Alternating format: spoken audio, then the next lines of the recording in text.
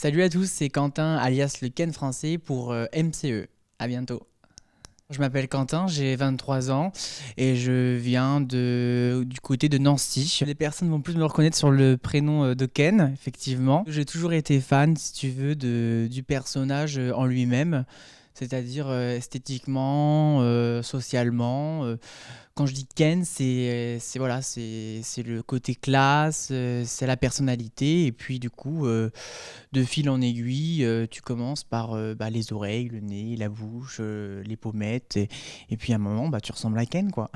Déjà, à mon plus jeune âge, j'imaginais ma vie plus tard idéale. Donc j'avais le paquebot, l'avion, la Porsche, le château. Donc je me suis dit, c'est que Ken qui a ça, c'est pas Action Man. Action Man il se bat. Donc, et moi je me bats pas. Donc voilà, donc aujourd'hui, dès que j'ai eu mes 18 ans et l'âge, on va dire, légal pour consulter un chirurgien, j'ai commencé des petites chirurgies. Voilà. Au début, je faisais beaucoup d'injections. Et puis après, on est passé aux gros travaux, quoi. J'ai fait pour ma dernière opération la octoplastie. On remet les oreilles en place. Voilà.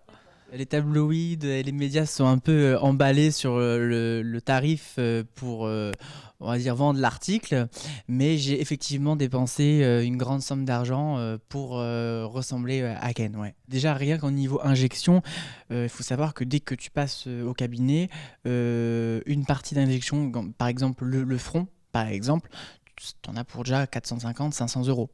Donc si tu fais trois parties, donc tu calcules, sachant que j'y vais au moins tous les 6 mois, 4 mois, tout le temps, depuis plus de 2 ans, voilà. Ça, plus le nez que j'ai fait refaire 2 fois, qui m'a coûté donc 5 000 la première et 2 000 la deuxième parce que j'ai fait une retouche.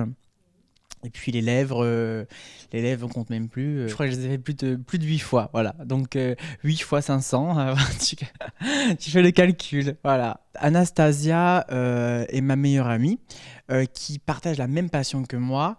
On s'est rencontrés il y a 2 ans. Mais si tu veux, j'avais déjà cette passion pour Ken, donc on s'est concerté et puis si tu veux, on la cultive ensemble. Voilà. Mais Anastasia, elle reste assez discrète là-dessus. Et moi, je le revendique, je n'ai pas peur de montrer, quoi. J'étais pas en quête non plus de notoriété. Pour moi, c'était normal d'être comme ça. Après, ça me touche, mais après, il n'y a pas que le physique non plus. Je suis quelqu'un qui est gentil, qui parle à tout le monde. Je peux pas, voilà, je me trouve accessible, voilà. Je suis pas non plus que la poupée. Je suis pas bête à ce point à dire voilà, je fais une chirurgie pour faire une chirurgie pour y ressembler. C'est une attitude générale. Dans la vie avant, je travaillais dans la téléphonie et là, je me consacre essentiellement du coup à mon départ en Russie. Et les premiers qui m'ont contacté, c'est la Russie. Donc les grosses chaînes de Russes, Russian One, par exemple, entre autres, qui m'ont appelé pour faire du talk show là-haut. Voilà.